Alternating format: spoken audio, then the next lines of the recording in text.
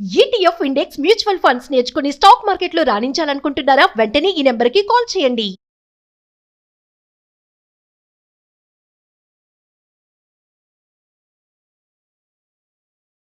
నమస్తే రమగారు. నమస్తే జయ. రమగారు, ఏదైనా సరదాగా చిన్నగా ఉండి కథ ఏదైనా చెప్పుకుందామా? ఉల్లికాడల కథ చెప్దాం మనం. ఉల్లికాడలు బాగుందండి పేరు. ఉల్లికాడల పేరు బాగుంది కదా.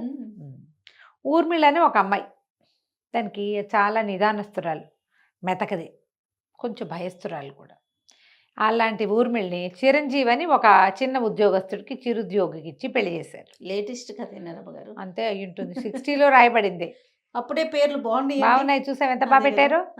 రామయ్య, సుబ్బమ్మ అలాంటి కథలు మీ అమ్మాయి ఎంతసేపు పోట్లాడుతుంది. వెంకయ్యమ్మ కాకుండా ఎంత మంచి పేర్లు పెట్టారో. పేర్లు అంటే గుర్తొచ్చింది. ఇప్పుడు ఒక విషయం చెప్తా. ఈ మధ్య పేర్లని తమాషాగా పెట్టుకుంటున్నారు కదా, అసలు దానికి ఏం అర్థం పడతాం. ఇష్యు ఉష్యు బస్సు 2 అక్షరాలు 1 అక్షరం అవే పేర్లు.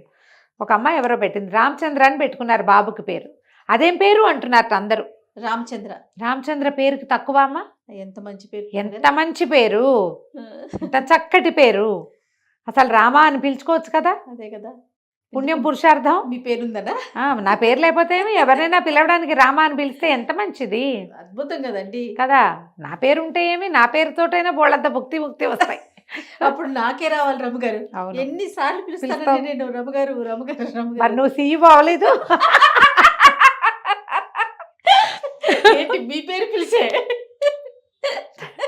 నా పేరు పిలిచి కాదు, నా పేరు పిలవడం వల్ల వచ్చే ప్రయోజనం భగవంతుడి అనుగ్రహంతోనా? లక్ష్మీదేవి అనుగ్రహించింది. నేను థ్యాంక్ యూ సో మచ్. చెప్పలేకపోతాం కదా. అంతే కదండి, భగవంతుడి నామస్మరణ అప్పుడు ప్రత్యేకించి పిలవకుండా వ్యక్తుల ద్వారా పిలిచే అవకాశం కదా. అందుకే మనం దేవుడి పేర్లు పెట్టుకుంటాం జయ. అమ్మాయికి చాలా ధైర్యం చెప్పా, ఏం పర్వాలేదు, పెద్దయ్యాక పిల్లాన్ని అందరూ ఏడిపిస్తారేమో అని బాధపడుతోంది. అమ్మాయి బాధపడుతోంది. ఎందుకు బాధపడతావమ్మా, చక్కటి పేరు, ఎంచక్క చాలా మంచి పేరు పెట్టుకున్నావని. చాలా బాగుంది. ఈ వీడియో అమ్మాయికి నేనే పెట్టాలి స్వయంగా. పెట్టేయండి. చక్కటి పేరు. ఒకవేళ ఈ పేరు బాగోలేదు అన్న వాళ్ళు ఎవ్వరు మనుషులుగా పరిగణించడానికి కూడా పనికిరారు.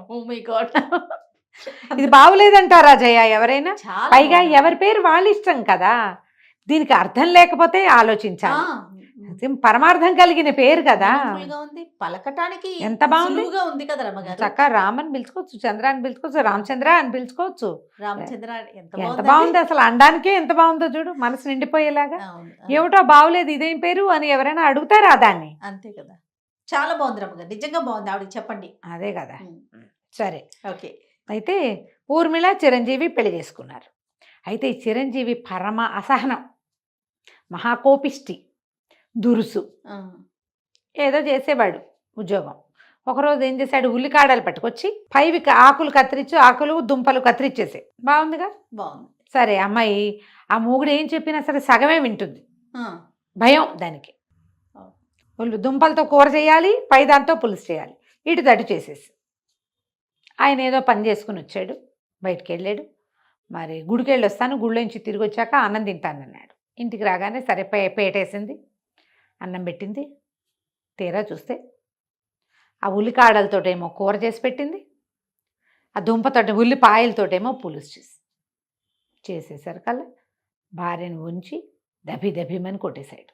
చెప్పింది చేయవా సరిగ్గా, నేనేం చెప్పాను, నేనేం చేయమన్నాను, దీంతో ఎవరన్నా పులుసు చేసుకుంటారా, దీంతో కూర చేసుకుంటారా అని కొట్టాడు.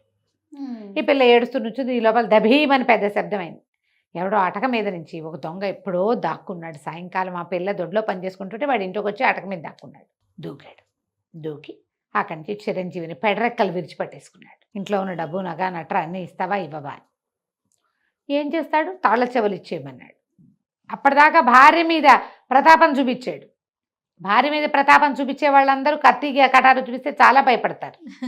ఇక్కడేముండదు ప్రతాపం. కొంతమంది అలాగే ఉంటారు కదా, ఏదైనా ప్రాబ్లం వచ్చినప్పుడు చాలా బెదిరిపోతారు. పెళ్ళాల మీద మాత్రం ఎంత ప్రతాపమైనా విరుచుకుపడిపోతారు, ఎంత ప్రతాపమైనా చూపించేస్తారు. అక్కడి నుంచి నగా నట్రా మూట కట్టించారు. ఏంటి మంచి వాసన వస్తుంది మీ ఇంట్లో, ఏముండింది పెట్టి అన్నం పెట్టించు నాకు అన్నాడు. అనేసరికల్లా కసిరేడు పెళ్ళాను. ఏంటి వాళ్ళు ఆయన అడుగుతుంటే అన్నం పెట్టవా అన్నాడు. అనేసరికల్లా దొంగ గారికి అన్నం పెట్టమని కత్తి అనేసరికల్లా దొంగ అన్నాడు, నేనే అరవాలి, నువ్వు అరవకూడదు, నువ్వు నోరు మూసుకుని ఉంచో అనేసరికల్లా అమ్మాయి ఏం చేస్తుంది, ఒకటి కోసం పీటేసి కచ్చపెట్టిందిగా, తినేసాడు. చక్కగా మళ్ళీ ఇంకో పేటేసి కంచం తెచ్చిపెట్టింది, తన కోసం వండుకున్న అన్నం తెచ్చిపెట్టి ఆయన కూర పులుసు వేసి, ఎంత బాగుంది, ఎంత బాగుంది, ఆకుకూర కాడలతో కూర చేసుకుంటారా అమ్మాయి, ఎంత బాగా చేసావు అని కూర అన్న అంతా కలుపు తిన్నాడు. అక్కడి నుంచి అసలు ఉల్లిపాయ పులుసు అదిరిపోయింది అన్నాడు. ఇంత మంచి వంట, ఎంత బాగా చేసావు, మరి ఎందుకు దెబ్బలు తిన్నావు నువ్వు అన్నాడు. అనేసరికి అమ్మాయి బిక్కు బిక్కుమంటూ మొగుడు కేసు చూస్తుంది. చూసారు కల్లా దొంగ అన్నాడు, నేను అసలు దొంగని ఎందుకయ్యానో తెలుసా నీకు, మా నాన్న తాగుబోతు, మా అమ్మని తెక్కొట్టేవాడు, ఎప్పుడూ కొట్టుకు తెచ్చేవాళ్ళు, అన్నిటికీ కొట్టేవాడు, ఇంట్లో ఉండలేక పారిపోయా, చదువు సంధ్య రాలా నాకు, ఏమీ చేయలేక దొంగయ్యా. ఓకే, నువ్వు ఎంతసేపు గొడవ చేస్తుంటే మీ ఇంట్లో పిల్లలు ఎట్ట బాగుంటారు, మా నాన్న కనుక అంత తాగుబోతు కాకపోయినా, లేదా మా అమ్మని అంత కొట్టకపోయినా, తాగినా ఆయన దగ్గర ఆయన తాగి పడుకున్నాడు అనుకో, ఏదో మా రకంగా మేము పోయేవాళ్ళము ఎడగొట్టక, అంతేగా. అంతేగా. నువ్వు ఇంటికి వచ్చి రోజు కొట్టి ఆవిడ ఏడ్చి అన్నం వండలేక దెబ్బలు తిన్న ఆవిడ ఏం వండుతుంది, వంట చేయలేదు కదా, ఇంకేం పని చేస్తుంది, ఎట్లా పిల్లల్ని పెంచుతారు అలాంటి తల్లులు. పెంపకం సరిగ్గా లేక నేను దొంగనయ్యాను, నీకేం పోయే కాలం, శుభ్రంగా వండి పెట్టింది కదా, అది కాకపోతే ఇది ఏదైతే ఏమి మీరు తినడానికి ఏం బాధ, రెండు బాగున్నాయిగా రుచిగా, నేను చెప్పింది చెప్పినట్టు చేయలేదు కాబట్టి రుచిని కూడా గ్రహించని గుణం, కోపం అసహనంతో సాధించేది ఏమీ లేదు కదా, సంసారం పాడు చేసుకోవటం అని బుద్ధులు చెప్పాడు అని చెప్పాడు. నువ్వు పాడు చేసుకుని ఇట్లా చేసావు, ఇట్లా చేస్తున్నావు, రేపొద్దుంది నాలాంటి దొంగకి ఇంకొకటికి తండ్రి అవుతావు నువ్వు, నాలాంటి వాడే మీ ఇంట్లోంచి వెళ్ళి ఇంకెవరింటోనో దొంగతనం చేస్తాడు అని చెప్పి, అమ్మాయి ఈ నగ నట్రా తీసుకో, చక్కగా పెట్టావు భోజనం, ఎన్నాళ్ళలో అయింది ఇంత మంచి కూర పులుసు తిను అని మూట కట్టించిన నగలన్నీ ఎత్తి ఊర్మిళ చేతిలో పెట్టాడు. వెళ్ళొస్తానని చీకట్లో కలిసిపోయాడు. అక్కడి నుంచి చిరంజీవి ఏనాడు అమ్మాయిని ఏం అనలేదట. ఎందుకంటే ఇది చూడు ఎంత చిన్న కథ జయ, తండ్రుల తల్లుల దుష్ప్రవర్తన తర్వాత తరాన్ని విపరీతంగా పాడు చేస్తుంది. పెద్ద ఉల్లికాడల మీద కొట్లాడుకోవడం చిన్న విషయంగా మనకు నవ్వుతూ కనిపిస్తుంది, ఇలాగే పోట్లాడుకుంటారు. పెడితే పెట్టావని, పెట్టకపోతే పెట్టలేదని, కాఫీలో పాలు ఎక్కువైనాయని, లేదా డికాక్షన్ తక్కువైందని, టీ పొడి ఎక్కువ వేసావు తక్కువ వేసావని దాని మీద కొట్టుకుంటారు. కొడతారు కూడా జయ, చెయ్యి విసిరేసేస్తారు, ప్రతి దానికి తగాదా పడతారు. తండ్రులే కాదు తల్లులు కూడా చేస్తారు.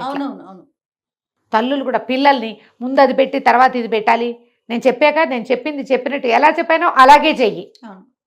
చాలా మందికి ఉంటుంది ఇలాంటి దుర్గుణం. వాటిని కరెక్ట్ చేసుకోకపోతే మన తర్వాత తరాలు ఏం నేర్చుకుంటాయి మన దగ్గర నుంచి. తల్లులేమో పిల్లల్ని కాల్చుకు తింటారు, తండ్రులేమో భార్యల్ని కాల్చుకు తింటారు. ఒక్కోసారి తండ్రులే భార్యల్ని పిల్లల్ని కూడా కాల్చుకు తింటారు. రేర్గా తల్లులు కూడా తండ్రుల్ని కొడుకుల్ని కాల్చుకు తింటారు.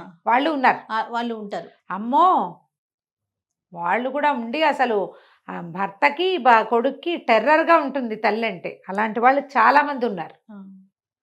ఈ తరహా వల్ల మనం సాధించేదేం లేదు. అవును, తర్వాత తరాలని పాడు చేసేస్తాం. వాళ్ళు మీకు మొహం తప్పించేస్తారు, మీతో ఉండరు, పారిపోతారు. ఒక్కొక్కళ్ళకి ఒక్కో రకంగా ఉంటుంది.